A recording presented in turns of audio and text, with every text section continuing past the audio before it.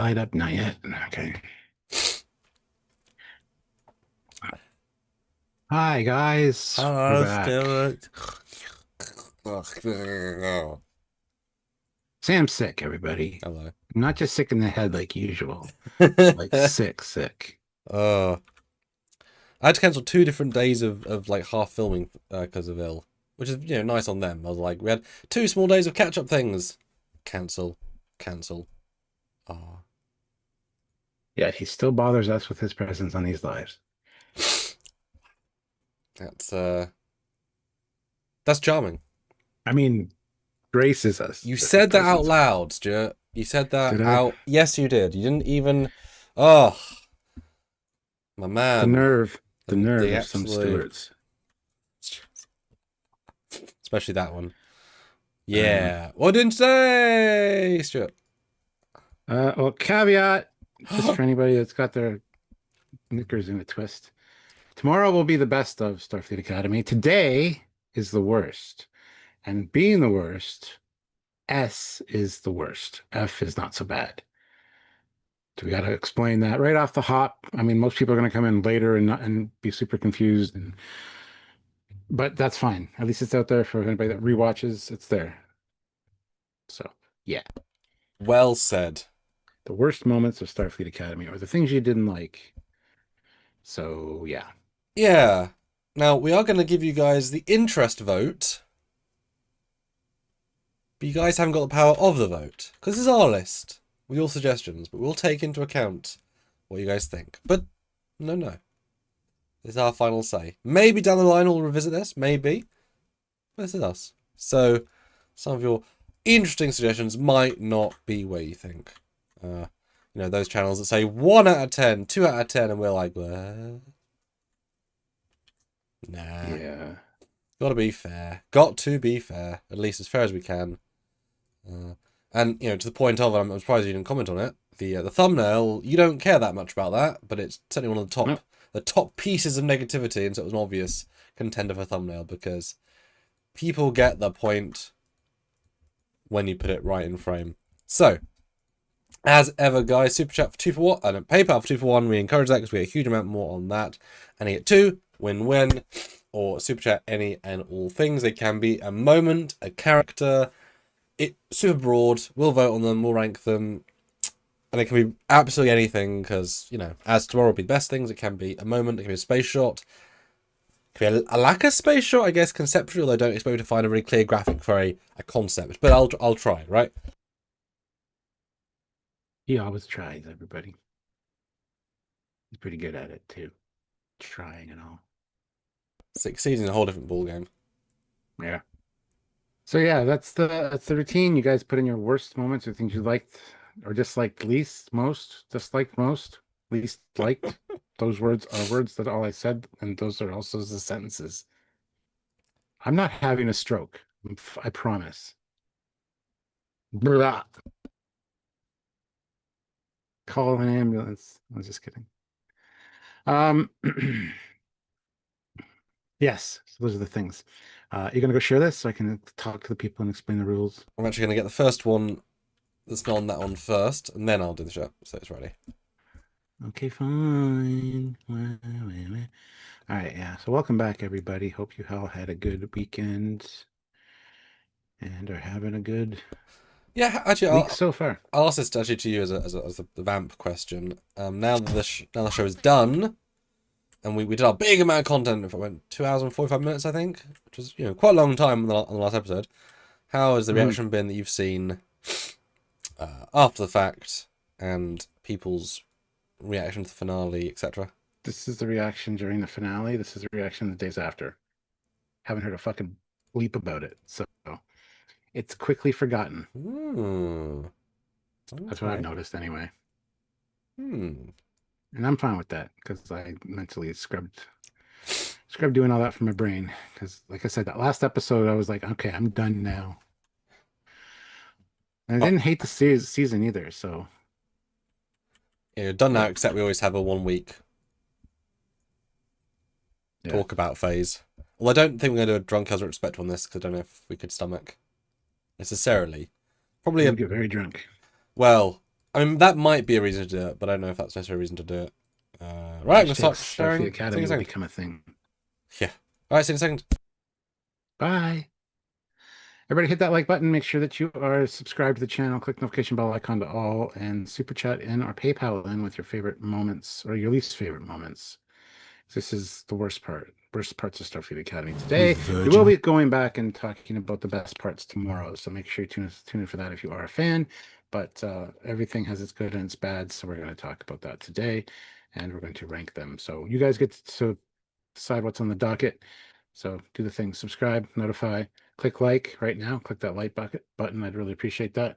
And make sure if you want other options for helping out the channel, you, like I said, super chat in, PayPal in, or join the channel. There's a join button down there on YouTube, or head on over to Patreon/Trekyards where you can support us there on a monthly basis. Also, there are links in the description below to Teespring and TeePublic, so check those out and buy yourself some cool Trekyards merch or other such merch. Do the things you need to do, and we appreciate any and all of it. So, yes, and welcome back, everybody. A lot of people are going to have a lot of things to say. When's the next Drunkyards, Robert? Probably the first weekend of April or last weekend in March. I can't really remember. It's going to be a special one because there's something going on. So yeah, but that's all I'll say for now. So that's when, and we'll get there. So I will read the super chats when Sam gets back, and I will check the PayPal to make sure there are no new PayPals. So make sure you're doing the things. And make sure you put in your 2 cents here, talk about what we're talking about, be part of the conversation. You guys kind of get to vote on things today, but not entirely.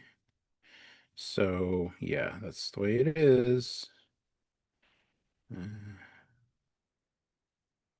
So make sure that you are participating in any and every way that you can.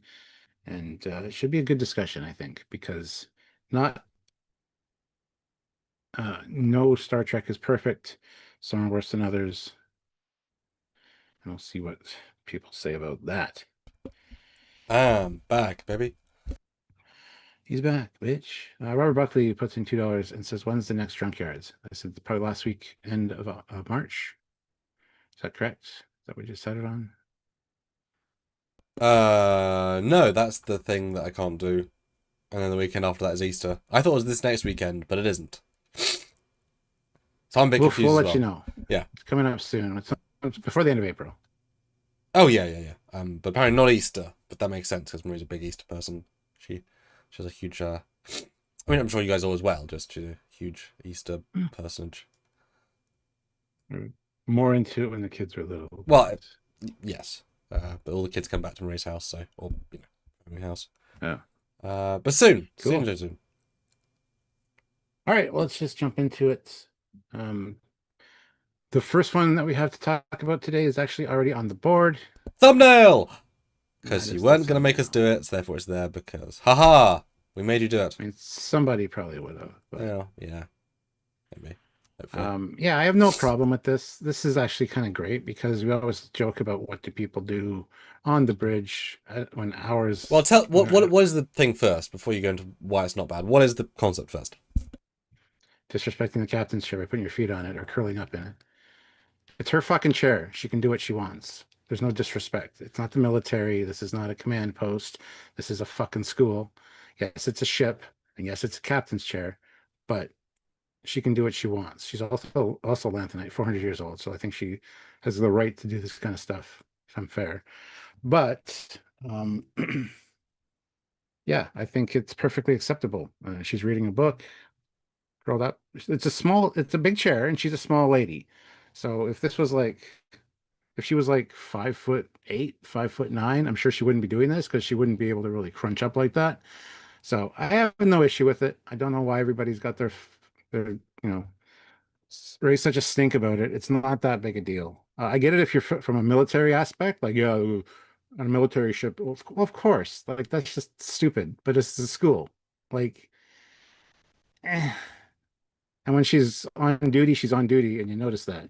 Here, I guess she's on duty because the ship was going somewhere, but it was going to be parked at San Francisco to become a school. San Francisco. So, I mean, yes, she could go to your office and do this, but she's got a really nice office, so she probably should. But at the same time, you should also be on the bridge because if she went to her office, that'd be delegation or whatever of duty. Yeah, of duty. Dereliction of duty. That's the word. So, everybody's going to complain no matter what. So I have no issue with this. So this is I didn't see definitely the big deal. it's definitely a thing because she knows better than to do this, but this is definitely a thing where the season needs to take into context. Why we do things at the end, right? She never did this again, right? Never did. So that tells you this is not what if she always did this, it'd be a character flaw that she should be told by an admiral because it is not good for the crew to see her to do. But this one time she got recruited yesterday, and this is an informal trip home, and boring. Did it once. There's no cadets on the bridge learning things. It's their standard crew. They'd be Well, they don't have to- no crew yet, and since she doesn't even know who they are. Like she knows technically, but yeah, No, it's yeah. the one trip. I'm like, yeah, but she never does it. If she did it every episode, I would have a problem. But this is not. It's a one-time thing that I'm guessing they just had an idea at the time, and they went with it, not realizing it's like the sunglasses with O. Someone had an idea, and it absolutely backfired hugely. Like Shaw saying no. That was not meant to be a viral moment for whatever reason it was. This is a viral Blair, but never did it again. And I doubt we'll all see in season 2 because she's grown as a person. This is not her style. She has more respect for the chair and all the stuff. Because she's like I said, she was recruited yesterday. So she's used to it with kids, where she's very clearly this, like, I'm talking down to a level, in a fun way, not mean way, just like, this is what you would do, where you would, go up kids having a hard time, you sit in their chair and you sort of sit with them, you're like, hey buddy, how you doing? And so it makes a total sense the way it was framed. Oh, God, lost you. Yeah, we can talk shit about him now. Hi. Everybody keep talking shit about. Oh. Hi. Thanks, man. So like, so if this at the start of the season, I'd be like, annoys me 6 out of 10 because I see all the problems, but also Blair. But every episode lowers it by like 0.5 because it's never repeated, right? So I would definitely put it on as a D because it should be on the board. Yeah. But Funny, I was thinking D too, even though I don't have an issue with it. I was thinking D. Yeah. not what they're saying, but it's about you and me. So D, again, if it'd been more than once higher, but 100% D. There's way bigger issues. And even same with the glasses, right? They did not film season 1. They could not really reshot season 1 with the reaction season 1. So she never really wore glasses again on the bridge. She wasn't on the bridge very much, but so they didn't continue that trope, right? Right? Yeah. Right.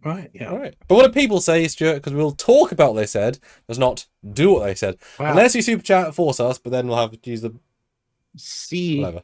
C was winning for a while, but with 55 votes, S wins with 49%. C is at 33. Ah. So it's kind of split. Yeah. As far as not everybody's as super upset about it. More so. people are annoyed, but a good chunk are like, eh. Okay. Yeah. Interesting. It's fair. All right, so that first one we have is Sessiguru 2000. It was in €5. The Thank you. Bloody Prank War. Yeah, I absolutely agree with you. It is a thing for colleges to do, I guess, but especially against opposing colleges or like rival colleges. But yeah, it wasn't great. Again, I don't have a huge issue with the idea of a prank war, but this wasn't the Gallica episode, was it?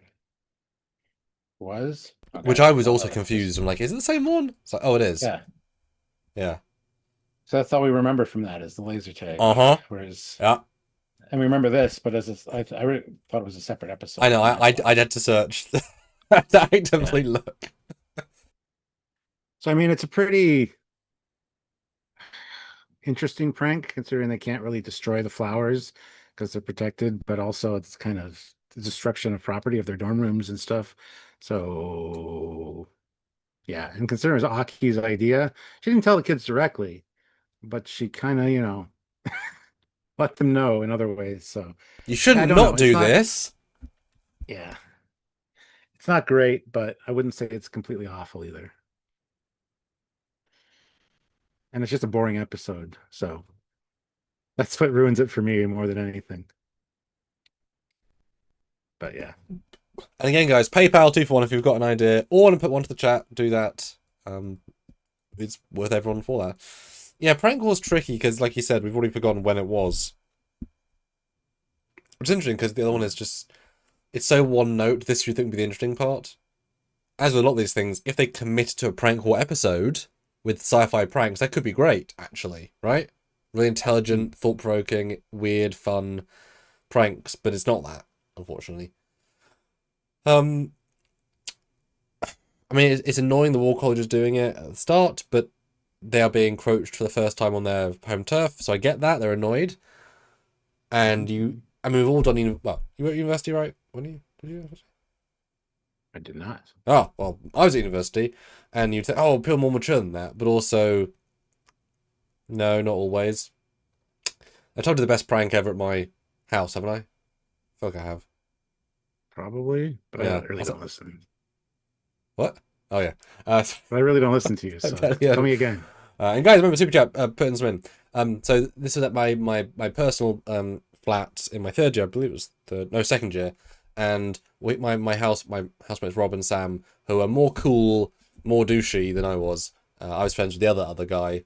We all had a friend of a friend, and we all kind of came together because we had like rush. And this was near the end of the second year of university, and for whatever reason, dickheads, they thought it was a good idea to put my actual friend Alex's bicycle in our tiny toilet.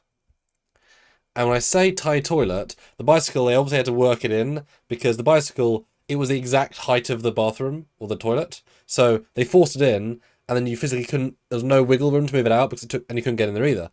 And they were very proud of themselves because it took a lot of engineering to get it in there.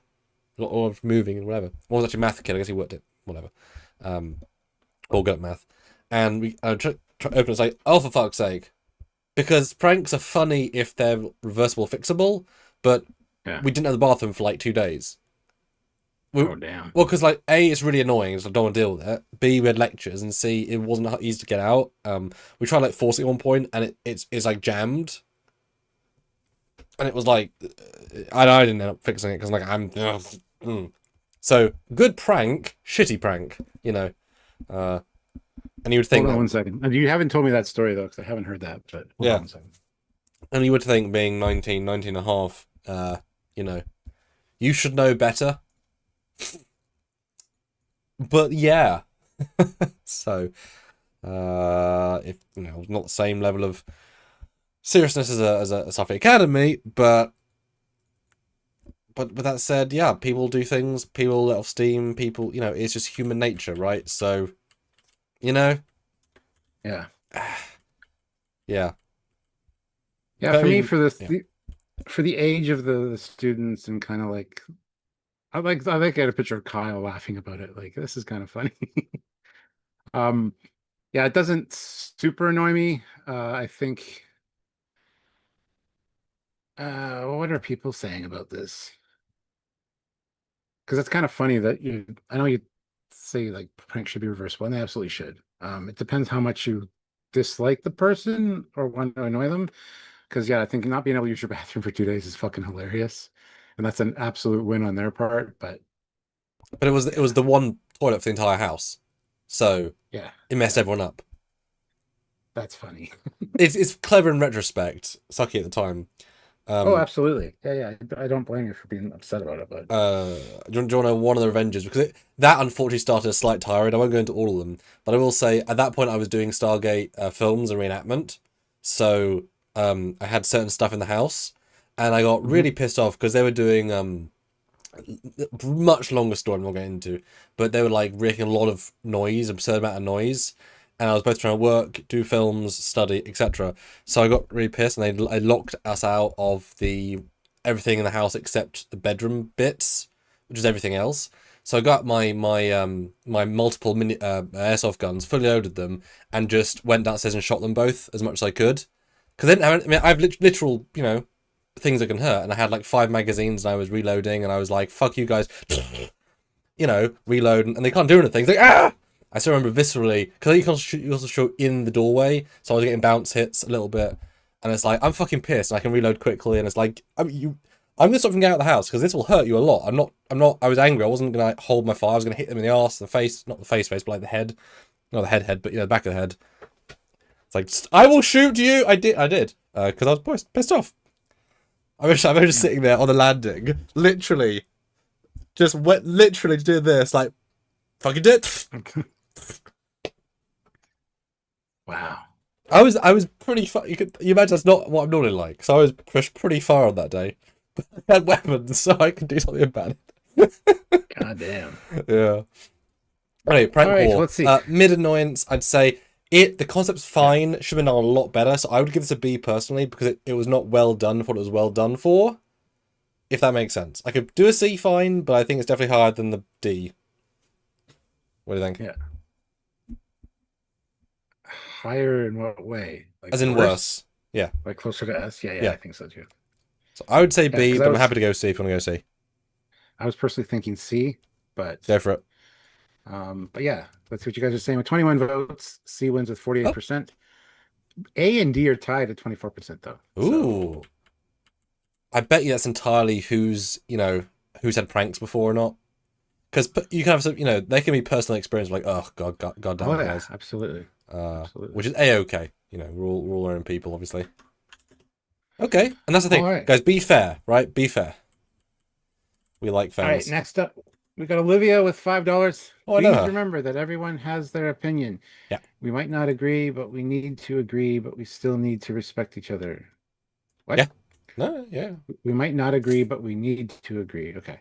Yes. We still need to respect each other. Yes. Respect is All right. good. I agree. Next up, we got Spock's Clock. Him. $5. All aboard the hate train. Choo choo, baby. Ah. Down with Kurtzman, down with Academy. Long live Trekyards. Thank you. Yes. I mean, also fair and balanced, but yeah, that too. $2 went into the Trekyards. Already addressed that. Mark Lawrence, $5. Academy ended, and then the live action One Piece was released and took over everything. LOL. Apparently. Yeah, I just heard about the live action One Piece today, that there was a live action One Piece, and I didn't care. So. Nope. Because there's been quite a few shows where the first season's terrible because they don't follow the source material. I don't know if that was the same thing for this show, but I think people like the second season. I have no idea, man. That's as far as my knowledge goes. I've never seen One Piece. Well, I think One Piece ended. Mr. Thousands of episodes. Yeah. Yeah. Let's see. NCC 1988, $5. Oh. Crappy sound mixing. It sounded like everyone had a lisp. I'm not sure everyone noticed this. Texted on multiple devices and sound sources. Didn't notice that everybody had a lisp at all. The only person whose voice was mildly irritating, and one of the reasons I didn't like her was Holly Hunter, but she brought it. She was raised with an alien language. It's hard for her to pronounce certain things. It's an accent. It's fine to me because she blew it out of the water. I don't like Holly Hunter. One of the things is her voice is kind of annoying, except for an Elastigirl because you can't. I don't know. It's fine. Elastigirl matches the animation character, but it doesn't match a real person. Anyway, it's fine. So I get what you're saying, but I never noticed any other sound issues, and everybody sounding like they had a lisp. So I don't know what you mean by that, but yeah. And obviously representing the concept of sound mix was difficult, so I went with this because these scenes were hard at the start with the amount of things going on. Right? Fair? Yeah. Once again, guys, PayPal 2-for-1. Just keep money. If you can put in 5, do it PayPal, we get twice as much. Or, as in, we do. Sound mixing. I love the specificity of that. I wouldn't say I noticed that, and you imagine I would definitely notice it. I was going to say, I would point it out. Anybody, you'd notice it. Yeah, I don't know. It's funny, I just last night, because it's the last day and I ran out of time, I did the fan film awards, if you submit, you become a judge. And so I had to watch everyone's films I've done over the last 2 weeks, just little bits here and there. Luckily most under 15, but two an hour and a half. I was like, oh god. And I was like, there is a best sound mixing. I'm like, well, how do I? Because most fan films aren't great. Mine either. But the ones I didn't notice are probably the best because they just sound like a real film.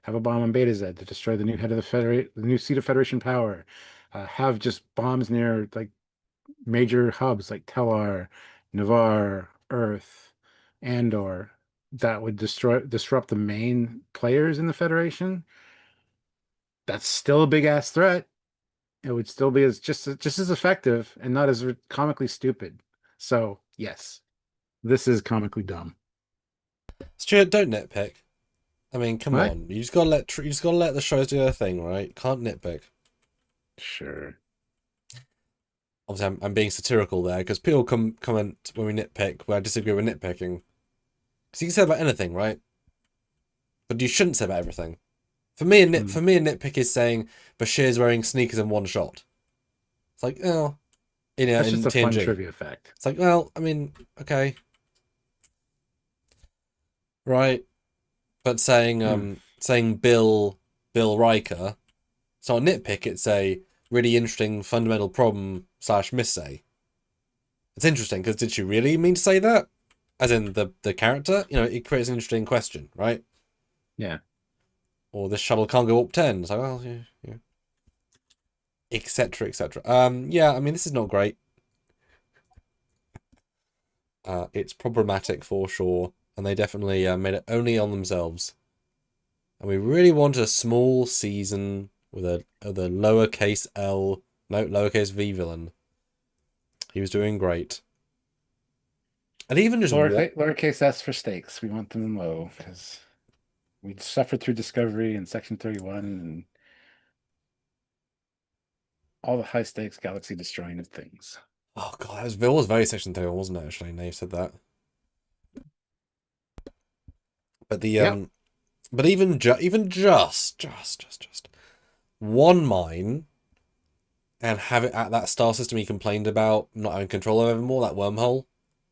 And he placed it there and he says, if any boys tries to come in, I'll blow up the wormhole, blow up one of those places, and it'll stop both planets from ever moving outside their system again. And the Federation's like, that's like 100 billion people. That's too much. We've got to act. That's enough. Yeah, or just one or two bombs that take out warp in a large area of space where you have to warp around, and it adds like a measure however much time to your travels each time. Yeah, But I'm it's going to say, just yeah. that was, you know, he already set that up. If you're as small as possible, he made one bomb, and then the twist bit, it doesn't work or barely works. For a bit bigger, maybe he's put a bomb at the Bajoran wormhole, which would then travel to the Gamma Quadrant. You know, really, like, he has two bombs at really essential places, and it's a blackmail thing. No, this is definitely as bad, as stupid as the Section 31 bomb. And I'd love to know who wrote this, because they can't have thought it was a good idea, the scale and scope. Apparently they did. It just shows the lack of proofreading. Because any Trek fan, like actual solid Trek fan, would say this doesn't make sense instantly. Right? Like anyone, you should have your Trek geek Trekkie. There you go, Trekkie card revoked if you signed off on this knowing it doesn't make sense. Yeah. Like you should have. You should. And it'd be fine if they said in the episode. Well, it wouldn't be fine, but it'd be better in the episode if they said the Federation all 800 light years of it. It's like, god damn, we've shrunk by, you know what I mean? We've shrunk to 1/10. Okay, fine, right? We've set a precedent. Yeah. But without that, it doesn't work. So yeah, this is obviously the biggest S, possibly of the season. Yeah. Of everything. Yeah, it's one of the things that really irked me about that one episode in particular. So. I don't know if there's something bigger, but it's your job to find it, right? It's your job to find it. Well, 24 votes. The Omega Mines, how bad were they? S wins with 79%. So yeah, it's a clear victory. And we agree. Which we don't always agree with you guys. So The happy more accident happy of this live. you don't agree with us, is the way it goes. Yeah. Sasaguru 2000 puts in 15 euros and says, I need the prank war on S. Wow. That's what the It's your money. That's what the arrows are for, Stuart. If you want to put one on. I don't see them. Where are they? Any other slide? Don't know. Oh, well, they're not on every slide, so it's gonna take me a while to find them. I thought I cloned one that had that, but I guess not. No, I got him. I got him. Mummy issues. Where's a good picture? Copy. Paste. Play for play. Oh, they're there. Okay. Anyway, yeah, so that one was moved up. Thank you to Sussy Guru. So don't know. I don't agree with that, but hey, I don't have a say when it comes to that kind of stuff. So I love right. the giant arrow as well. Nice touch. Yeah, it's a yeah, exactly. Super upped. Yep. Sean will be proud. And Robert Buckley, he throws in $15. Thanks much. He says, move it back down. Okay. Fair. Democracy. Good man. See, love Robert. He's like the tier police. The tier police? Oh, I thought it meant tier. I was like, it's very dramatic sounding. Oh. Why you no racing? You no racing no good. Robert Buckley gifted 5 memberships. I did that. Thank you. And then Robert Buckley throws in $5. It says mommy issues, but it should not be above a B, maybe an A. I didn't think there was an issue at all. It was like mommy issues. It's like, yeah, well, the kid was separated from his mom. You'd have mommy issues too. People were worried that the mommy issues were going to be mentioned in every goddamn episode and be the main focus of his character. And that wasn't the case at all. I thought it was really well done. It's mentioned once or twice with Aki, just that we had a lead or whatever. But yeah, I think it was very well handled. And not even putting an S in, Stuart, because it's nowhere near as bad as the bombs. Just saying. Nope. Yeah, I don't have an issue with this. Even the kid they cast to play young Caleb, it was fantastic. Like, looked like him, but was a shitty fucking actor. But they got him for the looks because he did look like a young Caleb. They did a really good job casting. So, but yeah, couldn't act for shit. So, but I don't think mommy issues was really a thing per se. So I very much disagree with you on that one. Yeah, I mean, I get people like different things. That's why we're here to conversate, etc. But yeah, it's I think, and not how I necessarily feel, but you could probably argue it was underdone to the point where it wasn't used enough to play into the story, right? He barely mentioned her. When he did mention her, it wasn't really a big deal, and he was so chill and happy the rest of the time that even if he was deep dark down to the core, yeah. So you could absolutely argue in the writer's room, God, we didn't build up that enough to have the biggest payoff at the end. But it's not the biggest payoff, right? I was just gonna say, like, if you joined the show like in episode 2 and watched all the ones then you wouldn't know there was an issue. Yeah, actually. Like, so it was really, I think it was handled very well. Now that is actually a really incredible point. This is not episodic, this is serialized. Yeah. But yeah, if you need to watch the flashback in the first few minutes of the first episode, like a little bit rest, but mostly that one bit, to get the main plot, that shows how limited it is. That's a really good point. For example, had they had a holo recording of her, like he had a few when he was a kid, and he played them in his room, and how's it? Yeah, and the people would walk in and see him. But can we see your mum again? Shut up, you! You know, those sorts of things, or that classic trope of he's got an answering machine message from her, his one last voice, you know, trying to remember what it sounds like. Like those tropes you could do, and it'd be quite effective, although annoying. I'd say it's underused, and I probably would have brought it back in some way, episode 5, to kind of do it. I don't know what episode 5 was. I probably have had some sort of. I guess it was technically with News Baraka saying she escaped 2 years ago, but that was again really minor, really minor. And I don't think just because a character has something like that going on, it's called mommy issues. I mean, shit happens to people. It's not like it was drilled down on, so I don't really matter of fact, this is an F for me personally because it's not an issue. It's just part of his character, and if it had been focused on every episode and he whined about it, and then it would be a totally different situation. But it wasn't. It was, I think, well integrated, and it's just part of his character. Did not define him. Well, yeah. Well, it kind of did in a way. But not actively. No. Like, that's the other thing. We didn't see a lot of rebellion against Starfleet Academy, which we thought we would. And then at the last episode, he's They were asking, did he want to be there? No, but he did. He wanted to feel like, well, like he had someplace to fit in, Uh-huh. Uh-huh. even though Uh-huh. it wasn't his number one choice. It Or grew on choice him. tool. So yeah, well, the other choice was prison. So No choice there is a tool. choice. Oh. Yeah, and that's actually a really interesting point. Yeah, mummy issues also implies that he would latch onto Aki as his other mum and treat her like a mum. Very minimally done, right? I mean, a few first name. I seem to recall first name uses and a few overstepping the friend barrier, but that's also kind of her character, so that doesn't really feel. You know what I mean? If she was a really strict hard ass, and then you know, hey, Aki. That's Captain Arcade. Nah, no, yeah, I would agree, and I certainly think that the for me the disrespect of the captain's chair easily trumps that because it's more egregious to what they should know they should be doing. Whereas this is a trope that could be done very well, but was done sort of sorry.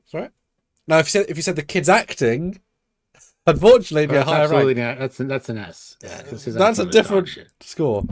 But yeah, I'm fine to agree with you with an F, which is not what audience is saying, but I think this deserves to be an F. I think it's sorry, Let's see what slash everybody else awesome. is saying.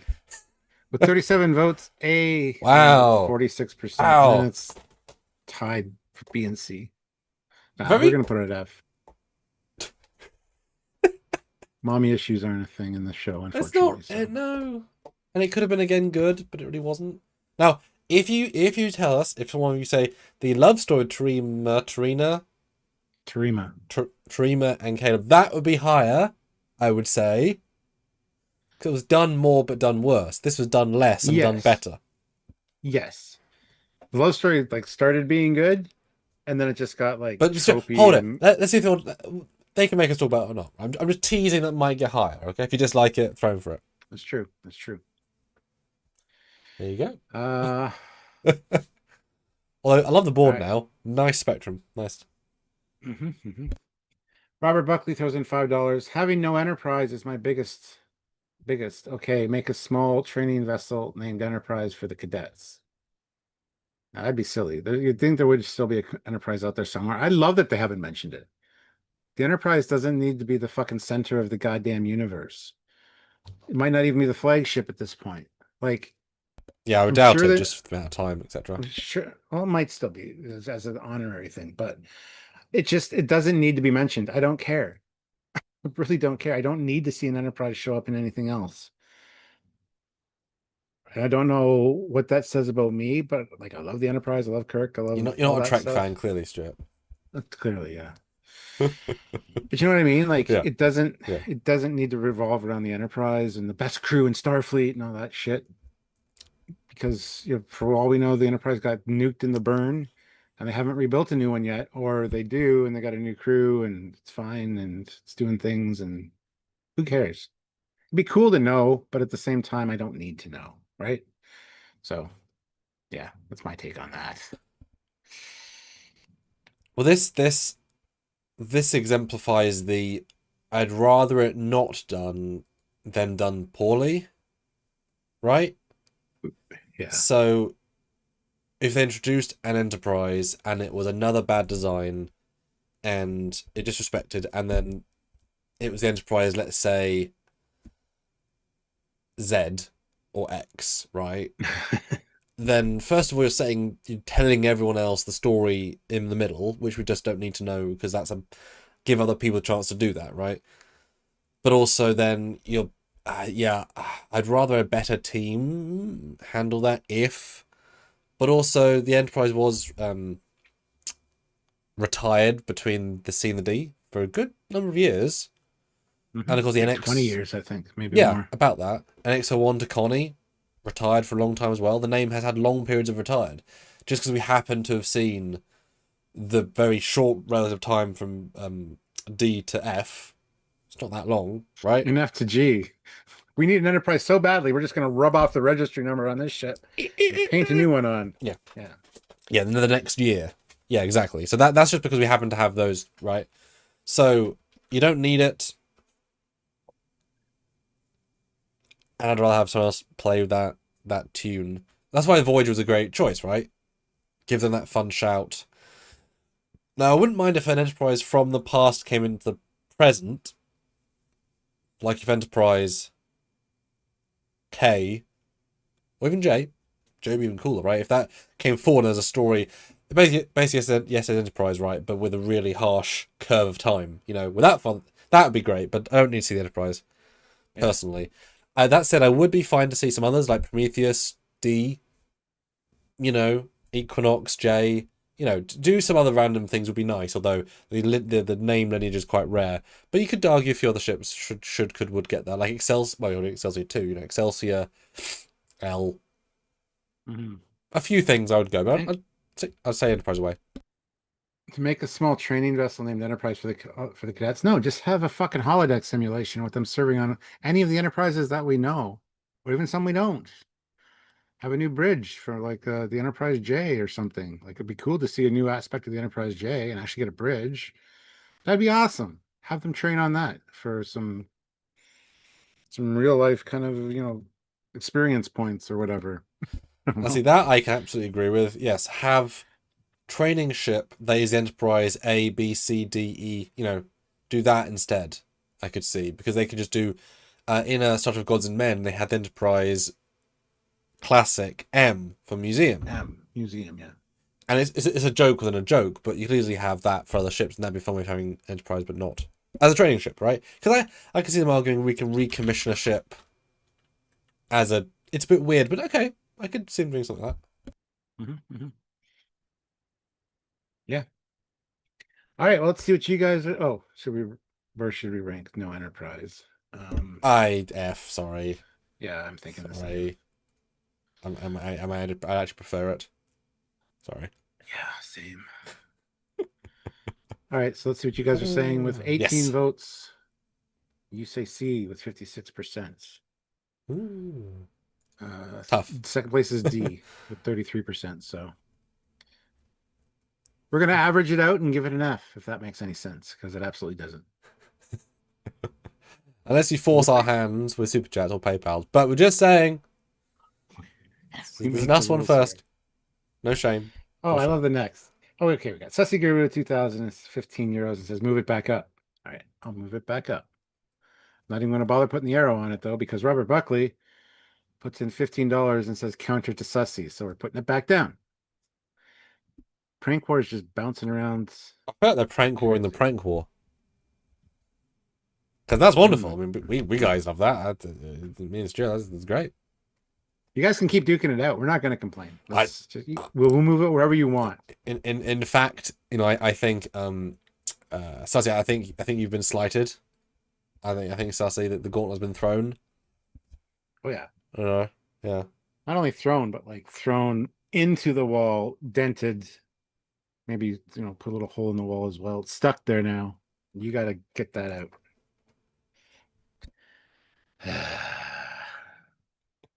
Yeah. I put a few in there, Stu, if you want to include one as we wait for you guys. I mean, people put in some random money. We can certainly include those as a couple of these, as we always say.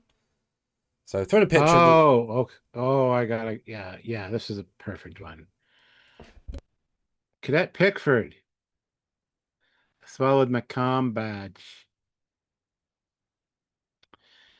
Yeah, not awesome. It would be funny. Okay, we've said this before. It'd be funny if it was an alien that actually eats ores or metals, and like that's why the doctor's like, already. We told you about this when you signed up. You can't be eating anything metal except especially your comm badge. Just what we supply to you for food, whatever. That'd be fucking hilarious. But yeah, I mean, people have called it out. Like nobody like this would get this far. I kind of agree. And her red alert, freak out in the second episode, and then I forget which episode, 6 or 7, where she's like totally flipping out on the bridge when there's an actual emergency. Yeah, I mean, people are wired differently. Some people might be brilliant and genius and pass all their exams and be able to like hotwire new Enterprise in 5 seconds flat and triangulate the position of God, the great koala. But that doesn't make them Starfleet worthy. I mean, maybe scientific Starfleet, like research laboratories and shit, but not necessarily in the Stay at core home of. kind of thing. Yeah, work from home scientist person. So yeah, Pickford. I have nothing against the character per se. I just understand the kind of hatred towards, not even the hatred. That's a bad word. This scene in particular, swallowing your comm badge, was incredibly stupid. And it's a bad, putting your worst foot forward on this character. So yeah, I mean, I wish she would have improved over the course of the season. We didn't see her much, but eh, you know, um, who knows? Who knows what's going to happen if she'll even be in season 2? So, I mean, she's just some lady, right? In mhm. terms of being in season 2, etc. Yeah, this is tricky because I heard Rob Picardo talk about this. It was just a random joke they had, and we all took it too seriously. Yeah, they were trying to go for funny. So I get the argument, but then unfortunately that applies for so many things that probably he dislikes. Maybe some racist humor or sexist or aggressive humor. It's just a joke. It's meant to be funny. Don't take it too seriously, right? But knowing when, where, how, and who is important to when to make jokes, Mhm. right? There's a famous, well, in the UK, it was like a free speech debate thing, one of our breakfast TV shows, and the clip is how one lady and one comedian activist lady, a couple of years ago, and they were saying how, oh, you wouldn't, it's about offence, and you wouldn't tell a blind joke in a room with blind people. That was her point. He said that's the best place to tell a blind joke because they get it.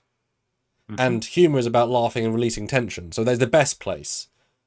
Yes. But she can understand that.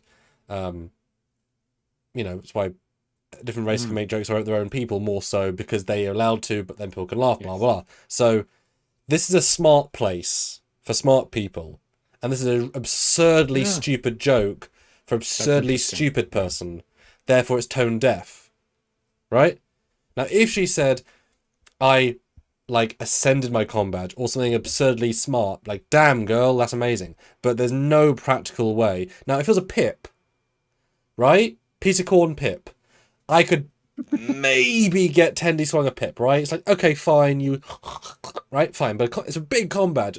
Slice of metal, like, you'd feet, right? It doesn't work as a joke anyway. She has to be absurdly stupid for it to happen. Now, she's not in the show after a certain point. I guess she was thrown out. That's what I'm going to take from that, because she wasn't seen again. But it's a really tone-deaf joke that is the easiest thing to cut. I'm shocked it got through because it's just such a stupid joke. Hmm. Give them all the credit in the world, though. She's not wearing a comm badge. Yep. Yeah. Continuity matters. Talk to Rabow from '09. Doing 2 shots in the first Yeah. 35 seconds. He's missing his combat. And you could have fixed it in post. ILM. No one notes that. Anyway. But like you said, it would have been super fun if she was a random alien who ate metal and got hungry and has a technical Ketracel White level need to eat metal. And you can make it really clever. This isn't. So I would say this is an A. I think this is Hmm. as tone deaf as you can get without being galactically stupid, because that's literally the other one. Yes. The one in S is galactically stupid. Yes. Well, let's see what you guys are saying because we both agree on A. You do as well with 19 votes. A wins with 58%. Second place was S with 32%. Huh. Interesting. I think I'm getting sick too. I haven't sneezed on I've you had a yet. headache. I've had a headache for 2 days, and I'm super fucking drained right now. But anyway, I hope I'm not getting sick. Nim just had some surgery on a nasal passage stuff, and she says she's been knocked out in terms of tiredness, like it's a trauma. I had the same thing. Got my tonsil out, had my bleeding all night. I don't know if you remember that. I was literally, drowning my own blood at one point, which is not great. I'll never forget that. The trauma of that level of trauma, it just eats your energy. For whatever reason, your body just counters that level of, oh no. Next thing I was like, oh, I can't even do anything. It's really weird. Yeah. Anyway, on that note. Okay. But no PayPal's, guys. Well, you know it's 2 for 1. It's right there, guys. Right there, 2 for 1. And everybody had so much to bitch about when this show was on. We figured that people would be like, Yeah. yeah. I mean, what's going to happen tomorrow? Is nobody going to. There's a lot of good, too. There is. So I don't know. We love you Interesting to guys. see. Internal prank wars really helping make us a good live. But throw another one, guys, because you guys have funded quite a few extras. So throw another one, Stuart. Oh, that is true. Yes. All right. An interesting one for sure, because I see both sides of this one. Feet fetish. How do you want to frame this one? Because that's kind of how I framed it. But how do you want to frame this one? I wouldn't say it's fetishish I know at it was all. the joke. How do you want to frame this? Just bare feet. Is that the? Yes. Yeah. Bare feet in multiple environments. Like I'm barefoot right now. I like walking around barefoot in my house. I don't like wearing socks necessarily. So no huge issue for me. Her traipsing into I forget his name, the war college guy's um room. I mean, that's not a big deal either, really. But putting her feet up on his furniture, it's starting to ride that line for me. Um, yeah, I don't know. Her walking around the atrium with them, that's fine with me as far as, whatever, because, it's her atrium. She's kind of the chancellor. She can do that if she wants to. Try Whether she calling would her want. out for it as a Yeah. student. Plus, You will not do well on that. plus the floors in the future would be very clean. They'd be sanitized regularly. There wouldn't be, so it's not like her feet are going to get dirty necessarily. Although they might have fired the Um, dots by mid-season if they couldn't afford the rent or something because they yeah. did run out. But I get it. I get why people don't like it. I mean, a lot of people are kind of offended by feet. A lot of people are really interested in feet. That's what I'll say. We're not gonna yuck your yum if you do like feet, but there's nothing sexualized about it. Although she does have like an ankle thing that kind of goes around one of the toes, and it's footwear, it's foot jewelry essentially, which is interesting. So it could just be a lanthanite thing. It could be something that where she grew up. Maybe I never got a sense that I kind of get a sense that lanthanites kind of go to particular areas and grow up in different cultures. Because Apelia, she kind of was most of the time on Earth, right? So who Although knows? I mean, Nelson goes everywhere, just so you know. hmm. Oh yes, okay. I was confused for a second. I heard that about her. She likes to get around. Nope, Um, too far. why? Why? That's just what you said. She goes everywhere. Anyway, so yeah, I get it. I get why people are upset about it. I really do, but at the same time, I just look at it and go, I don't care. So it's not a huge issue for me, and I respect people that kind of are upset about it. But she wasn't barefoot on the bridge with her feet on the captain's chair, barefoot. Like that's a total. That might be considered disrespect by me.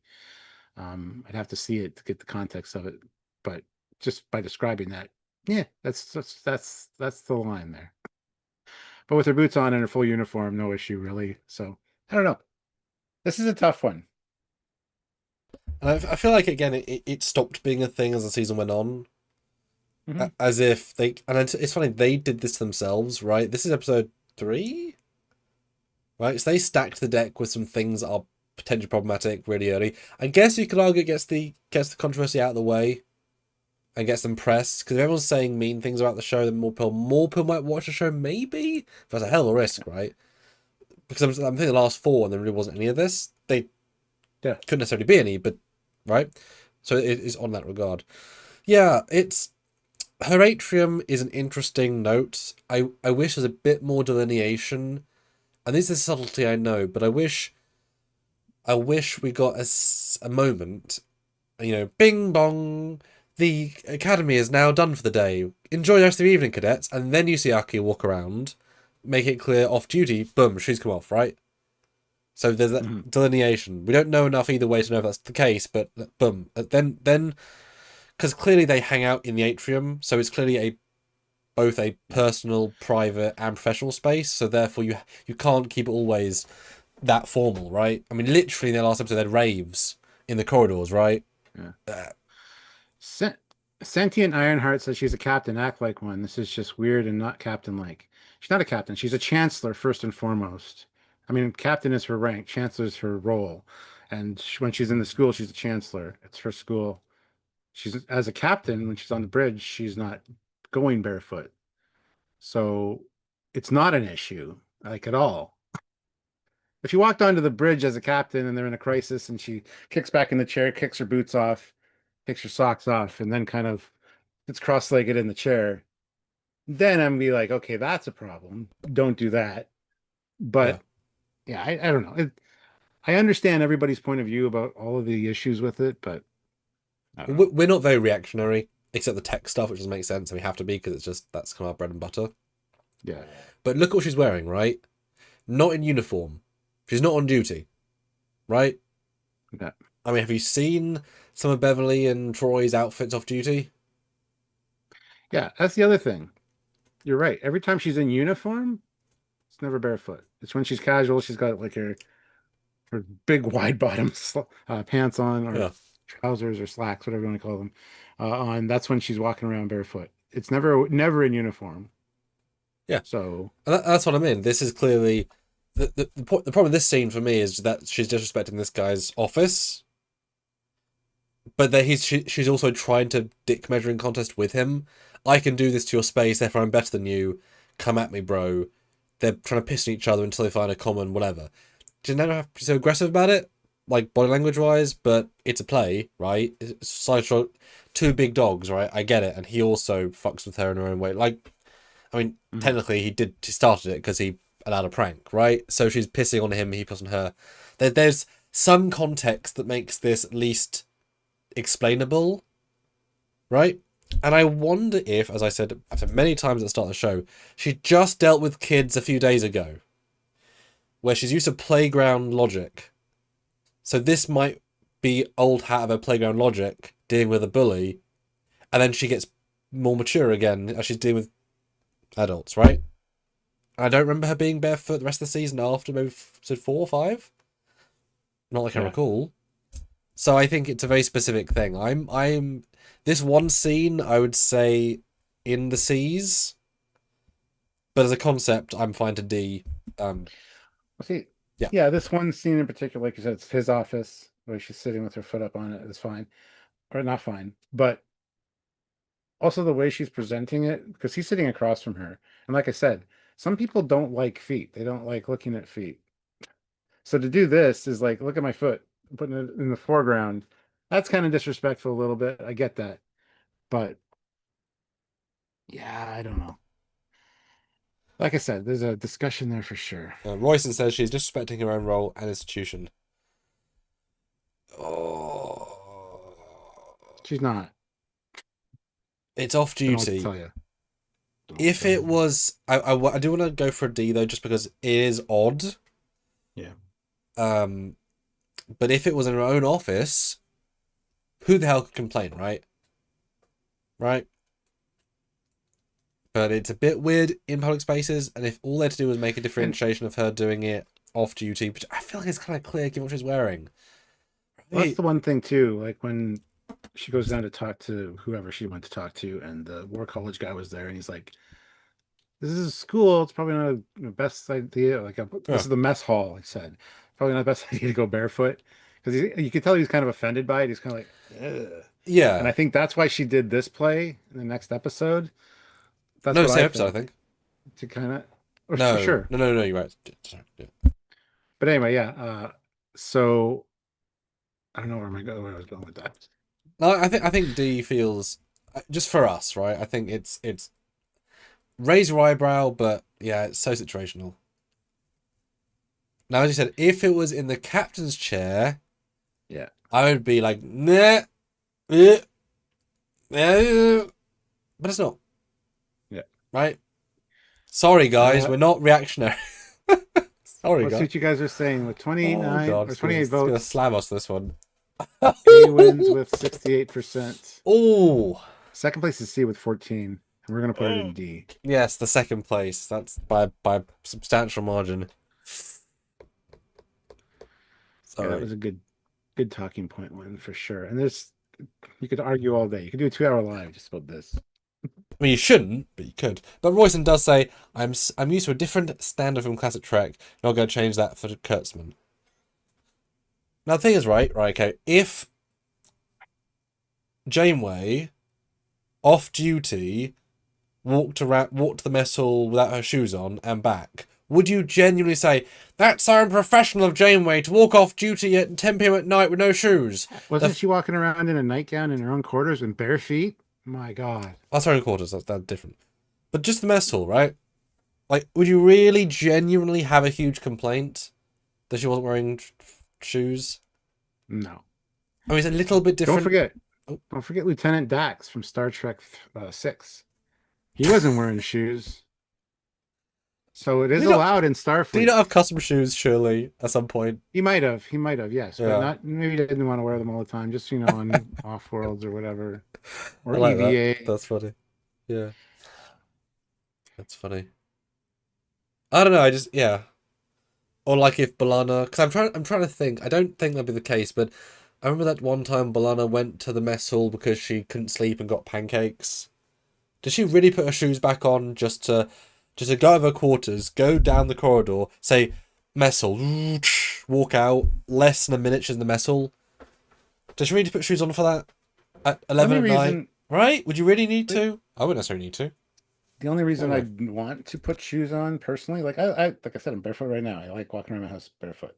But to go somewhere, if something happens, like there's an accident or an emergency, and you don't have your shoes with you. So, but you're on a starship. So even in your own quarters, an emergency can happen. So you're gonna wear your shoes all the time? I don't know, man. I don't know. It's a cultural thing. In America, in a lot of places in America, people just walk in the house with their shoes on, all over their house with their shoes on that have been outside in dog shit.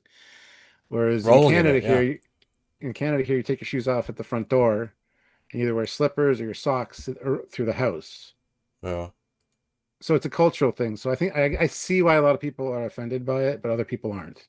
Well, it's not just that, but super culturally in I'm not gonna say which Asian country. I think it might be Japan, but it's expected to take your shoes off, and like there's not even a question of take your shoes off. Put in, there's a separate zone for it. And in my house, it's like, I mean, Mum's disabled, so she has to wear shoes for her splint. So she wears these thick hiking shoes at all times. Dad's quite formal, so he wears shoes a lot of the time.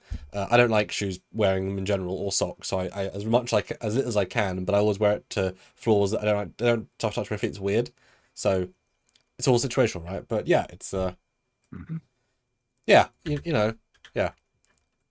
I think we've argued our case there, Stuart, because we've tried hard. Yes, it is about discussion here, so yeah. Let's see. It's refreshing. Why does it take it so long to refresh? I don't see it. There's no new ones. Okay. Let's see what we got going on in the chat, though. Robert Buckley throws in $5. The same stupid auditorium.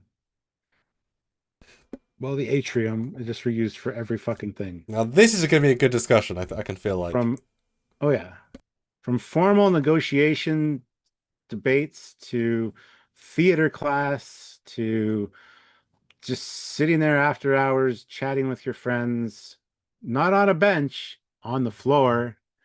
This was a case of we built this fucking extravagant, expensive set. We need to justify it and use it every opportunity we get, even to the point, and well, not necessarily the atrium, but like the classrooms surrounding it, because wow, there's a Cisco museum in New Orleans. We're on Earth. We could just beam there in a second. Let's go to New Orleans. Look at a change of scenery. Let's see the actual museum, the actual artifacts. No, we're going to set up a virtual one in one of the classrooms. And that was absolute bullshit. So yeah, they had to justify the spending of this money.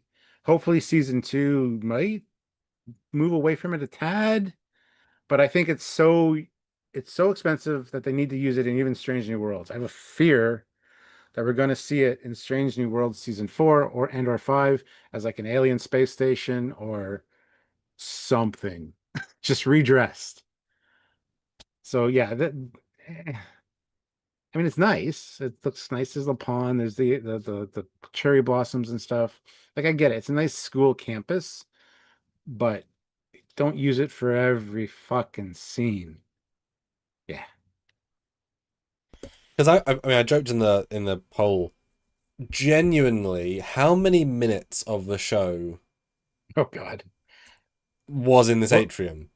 percentage wise, Percentage 80, wise? 88%. Because I mean, Maybe more actually, because even Cask was just this fucking set in black and white. yes, that counts. 100% that counts. Because visually, Yeah. because the classrooms are not technically the atrium; they're a room inside, right? Yes. So I'm going to disclude those to be absolutely fair. But it is definitely over 50%. Like just Yeah. straight down. I mean, all of the pretty much like 60% of the laser tag is in this one room. At least 60, right? So that by itself is going to metric it. But you're looking at hours, genuine hours, and it's so interesting because we look at this very specifically. Cool, we do our own thing, but I remember thinking, I like the atrium in the episode with the negotiations. This is used really well. Oh, they're at the back and there's podiums. Nice. And then they just keep doing that same thing every time. But yeah, then the seats that they were sitting in were then used for the theater class. Yeah. And just having a class out in the atrium. Like, yeah, sometimes you will have class out in like an open area or something, but I don't know, man. They should have used the outside area that they had more. Like it was pretty nice, right? So Yeah. Well, yeah, I mean, obviously they rented that set from some local area, right? But it's yeah. remarkable they had less. I guess they're in Toronto. They can't just fly to San Francisco, I suppose, but they could just fly to San Francisco. You could You just could do just that. beam to New Orleans. So if you can fly from Well, Toronto to San Francisco, well. absolutely yes. So the But set got, that's expenses. They got to pay for everybody to get there, the crew, and then rents. Yeah, there's a whole bunch but of you shit. have two units. You have one that for being able to film an arcade scene on the main set. You take two actors, a middle camera crew, sound crew, to other place. You do two Yeah, things on the same day, right? yeah. No, there's a set where it's fine, but it's amazing how overused it is in the show compared to the Voyager sets or the TNG sets. I don't know if I've ever got annoyed at those sets as being overused. They're the same rooms. Why is that? I'm sure you feel the same way. Why am I not annoyed by 7 years of the exact same walls, give or take? And I'm already annoyed by 10 episodes of this exact set being so overused. Why? Because it's on a ship that is traveling between places, and this one's on Earth. Uh, And even when they do go places like Cask, it's just a ship because we think you would feel more comfortable in your own. Fuck off. Let me see Cask. How about that? I want to see a holographic planet or the homeworld of holographic beings. nope. Go I to don't hell. know. Pretty much, yeah. Nope. Yeah. We spent Nope. 14 million here. We'll do nothing else. No. No. Yeah. But it's interesting because this to me is far more egregious than her feat. Oh, absolutely. Because that is maybe 5 minutes. This is maybe 4 hours. Right? Or more. Or more. Yes. And the poll is not remotely agreeing with us here. But for me, it's so much worse. So why is it not the same? Those who voted C, because it's definitely hard than me for C. Why? I mean, obviously everyone has got some votes as well. Why is it C? Because it's so much more annoying to me. Because it shows lack of creativity, lack of interesting things. If they wanted to be really interesting about it, and they weren't, they could have actually built it so that you could like swap out, the walkways with red to now gold, or black, or blue. So a redress, and maybe close out the big window wall, put something else there. So it's the same physical space, but they do enough to change it to feel, take the trees out, put an oak tree. I can't be the same room. It's an oak tree, like redress it properly. So you've got more. I mean, you can't really have more than atrium, but like maybe there's flaws of it. I don't know. Something, right? Something. Hmm. Yeah. Okay, what have we got? So this Yeah. doesn't annoy me more than the prank war. Annoys me more than Sam Mix I didn't hear. So for me, it's between the A and the B, depending. Because again, the joke lady is a bad joke, but it's such a small second. Where are you feeling? Where are you feeling? I'd probably put a B personally. Because, like you said, it gave you like scenery fatigue. It just Yeah, I don't know. I would have liked to see the inside of a Venali Rawl ship for the trial, but no, we're gonna just use the Atrium. So I'd put it at B personally. Yeah, yeah. So they did do enough, out of focus enough and out of focusness. And I'm gonna give them benefit that there's only one class at any given time in some days, so like, this is entire space. But yeah, let's go B, but it's a pretty strong B. Because it's annoying. Just from a filmmaking point of view. So super chat or PayPal in, guys, with your choices for worst things. Now we've got Robert Buckley who throws in $20 and says, "Move it to an F." What are we moving to an F? He does elaborate. Oh, does he? Where? Oh, with his Admiral membership 4 months. Thank you. The $20 was for moving the feet to F, but since it's so low, finish moving it down, and then the weird time difference at warp, and then him being with betrayed girl and not Genesis. What? 20, what? I'm so confused. So moving the feet to F. Something about Caleb with Terima and Genesis? Oh, betrayed girl, as in the lady who betrayed him? Oh, no. Autocorrect Beta Z. So the Beta Z. Okay. Beta Z girl and not Genesis. Okay. Okay, 1 second. Oh, so you were putting in for okay. Yeah. I see what you're doing. Wow, that was super confusing, my dude. Yeah. At least you got to see us squirm in live action, real time. It's worth the price of admission at least. But thank you as always. You guys do make us go. You were smart. Yeah. All right, guys, hit that like button and yeah, make sure you're super chatting or PayPaling in with your choices. We got 44 likes. We have 40 people here, so hit that like button. Let's try to get to 50 likes. If you're just joining us and haven't hit yet, please hit it. Let's only 6 more. I think we can do it. So, well, I appreciate what we said earlier, Stuart. People had a lot of negative reactions earlier, but you guys aren't exactly blowing up with bad things, so that's good though. I don't want it totally negative. Yeah, exactly. It'll be interesting tomorrow to see about the good things and see where that just crickets for 2 hours.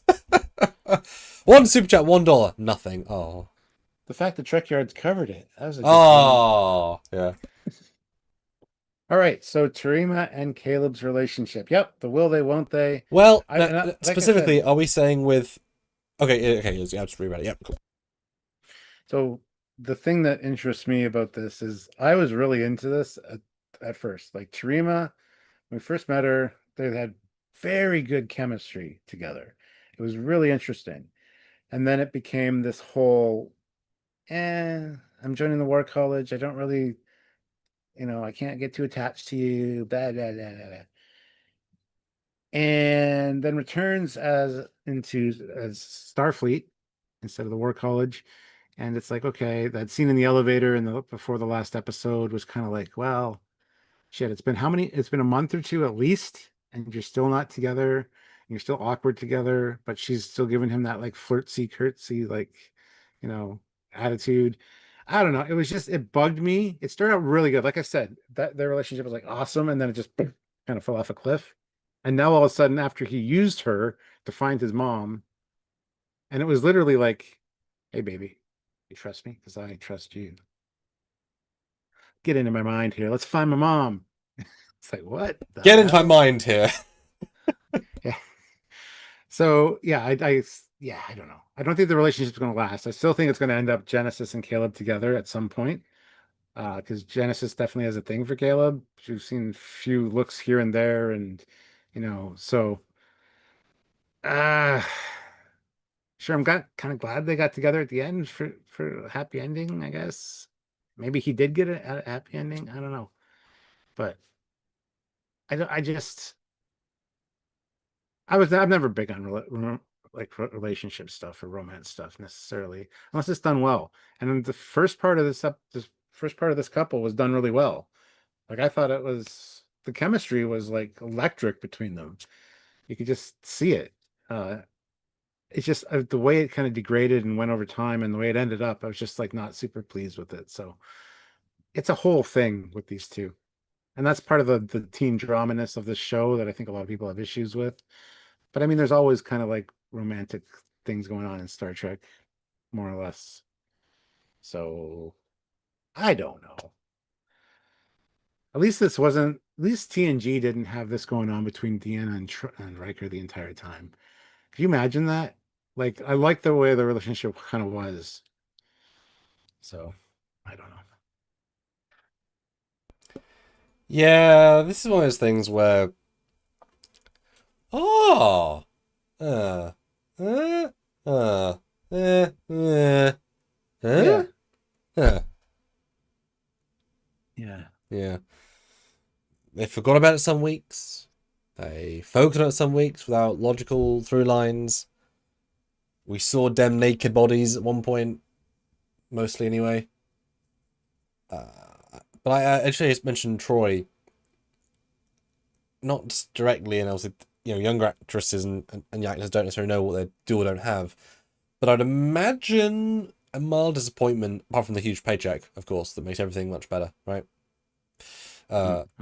You start with one episode, you've got like a third of the dialogue, the whole episode, right? And it's great dialogue, and you feel electric on the day. It's like reading the feature scripts, and it says Trina gives look. Flip. Is that it? Oh, okay. Next week. I'm sorry, Caleb. I can't be with you. Flip. Is that it? And then yeah. and that's it. And then it all reduces down to I kills people. Fine. That's an episode, right? And then again reduces down. Last episode just meaninglessly in it. Like structurally, really, it's not that important. I was actually like, is that it? Really? But they weren't wanting to commit to a love story, which they also didn't need. They had to have the end point. They had to have the midpoint, right? They weren't really doing the hard work around that. Are you still there, Stuart? I am. Ah, good, perfect, good. Bad done. And what's sad is that they really could have gone all in and had scenes where he like snuck out of the academy to go to the war college out of hours. I was expecting that. I mean, can you imagine? It's an expensive scene, but really amazing scene where, okay, it's like, oh, we're doing, drills tonight. Everyone's locked into their room, and you see him like replicate matter his way out of the window and actually climbing down the Starfleet Academy ship. It makes a replicatable matter body of himself to put under his covers. So when Aki checks on him, it's like, hey, instead of with pillows. cameras, because he's not a creep. She's not a creep, right? But he has like Mission Impossible style gloves, and you see him go down. It's like this is an amazing visual effects sequence, right? It's super cool. And then he pumps down and says like, "Hey, Terima, how'd you get here?" "Oh, I climbed." And he says it as a joke, but it's not. Like those sorts of things would be fun and interesting, shows character. None of that. So I think for me, this is although the reverse, isn't it? Good equals bad. Okay, no, I'm gonna you go first. I've stolen the last couple of limelights. Where are you feeling? C. C for Caleb. C for Caleb. How close to B are you? My initial thought was B, and then I looked at the list, and I'm like, no, probably C for me. So I was thinking B initially, but It's I'd hard rather to get... see the scenes between these. Well, I'm having said that now. God damn it! I'm gonna say I'd rather see scenes between these two than look at the atrium for every fucking scene. What a stupid But, sentence! Isn't that wonderful? right, and it made me realize I don't know. I mean The start was great. yes, exactly. We were so impressed by the second episode, relatively speaking, right? Boy, that was not where it was to go. Yeah. This is at least a C, at least. I think it's harder to get annoyed by it because there's a lot less of it. It's more, it's the unrealized potential of it that is the problem for me, right? Versus what they did, because they misaligned. I mean, we said that in episode 7.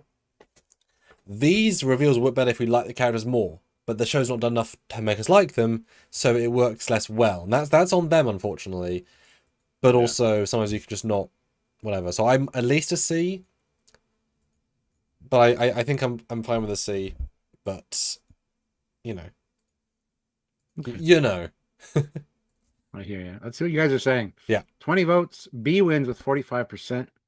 Second place is S with 35%. So we're going to put it C. We're going to ignore all of you and put it C. You are welcome. All right. Yeah. Next up is Royston Bailey. Oh. Throws in $5. With the first link, the chain is forged. The first speech censored. The last thought forbidden us all. Ha! Yeah, he got the speech wrong. Ah!